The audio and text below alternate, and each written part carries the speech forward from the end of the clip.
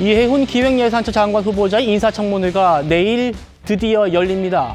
그런데요, 여전히 핵심 자료들, 특히 강남 로또 아파트 부정 청약 관련한 자료 등을 제출하지 않고 있다는 게 국민의힘의 주장이기도 합니다. 후보자의 또 반론까지 먼저 듣겠습니다. 못 내겠다고 하는 자료들 중에는 우리가 핵심 의혹이라고 주장하고 있는 원팬 실제 그 장남의 거주 여부, 그다음에 증여세, 자녀에 대한 증여세와 부부간 증여세에 관한 부분 자료들은 거의 지금 못 내겠다고 하고 있는 상황이고, 자료의 양과 질이 우리가 만족할 만한 수준이 되는지를 한번 같이 의논해서 청문회 개최 여부를 결정하도록 하겠습니다. 어제까지 자료 제출하셨는데 충분히 제출됐다고 보시는지. 네, 낼 수 있는, 구할 수 있는 모든 걸 다 냈습니다. 청문회에서 소상히 설명드리겠습니다. 내일 열릴 것을 보시나요? 그렇게 기대하고 있습니다.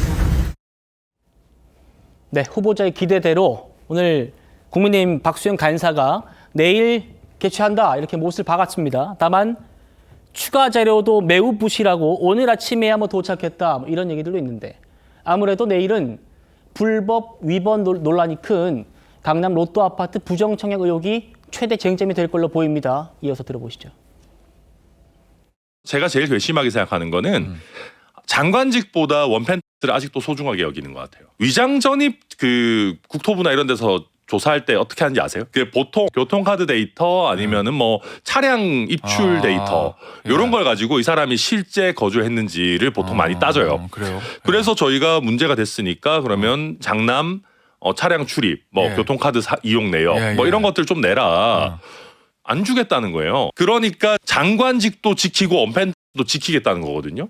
왜냐하면 장관이 되면 장관으로 있는데 예산 장관한테 국토부에서 어떻게 그거 조사합니까? 국토부 예산 다 잘릴 일 있어요? 후보자는 원팬 이외에 일방 분양에 신청한 적이 없대요. 근데 또 저희가 또 뚜껑 열어보니까 원베도 있고 DH 파크도 있고 막 조금만 열어보면 나오고요. 그 다음에 장남이 결혼한 이후에 배우자랑 같이 25평 용산 아파트에서 일가족 6명이서 살았던 거냐 이게. 궁금하잖아. 6명이서 25평 아파트면 방은 어떻게 분배해요 이거. 뭐 몇 명은 거실에서 자는 거예요? 그러니까 그래서 어떻게 했냐 했더니 또 말장난이에요. 홍 대변인, 네네. 그래도 열겠다는 건 자료가 좀 더 들어왔다는 겁니까? 어떻게 봐야 됩니까? 근데 사람이 억울하면요, 자료를 내지 말라고 해도 냅니다.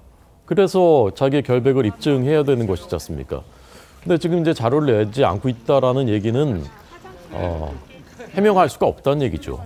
그리고 지금까지 저렇게 많은 의혹이 제기됐던 후보자를 저는 보지 못했는데, 제가 기억하는 그 장관 또는 총리 후보자 중에는 김민석 총리하고 이분이 저는 이제 최악의 수준인 것 같은데, 제대로 해명된 게 하나도 없습니다.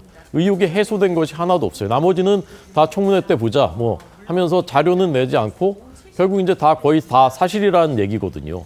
근데 이런 수준에서 청문회를 했을 때 어떤 것이 소명이 되겠습니까? 저는 결국은 이 청문회 이후에 여론조사가 아마 있을 텐데, 여기에서 국민들의 그 전까지 이제 지지했었던 것보다 훨씬 더 떨어진다면 결국은 임명하지 못할 가능성도 있지 않겠나, 저는 이제 그런 생각이 들고, 저것을 이제 그 도경법인가요? 도시 및 주거환경정비법에는 부정 청약에 대한 그 처벌 조항이 없어서 아파트를 빼앗을 수는 없다고 하지만, 부정 청약이 확인되더라도, 그러나 이제 주택법이라든가 주민등록법의 위반이, 실정법 위반이 명백한 것이기 때문에 저것은 수사의 대상인데 그렇게 해서 과연 장관으로 임명 강행할 수 있겠는가, 저는 좀 부정적으로 봅니다.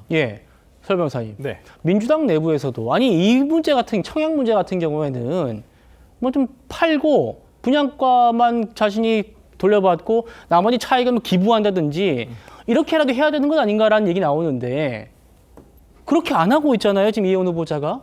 그 이유가 뭔가? 후보자의 이 부정 청약이 확인돼도 아파트를 못 뺏을 수 있다라는 분석이 나왔습니다. 보니까 2024년 대법원 판결했나 보죠. 재건축 단지의 부정 청약 처벌자는 처벌할 수 없다.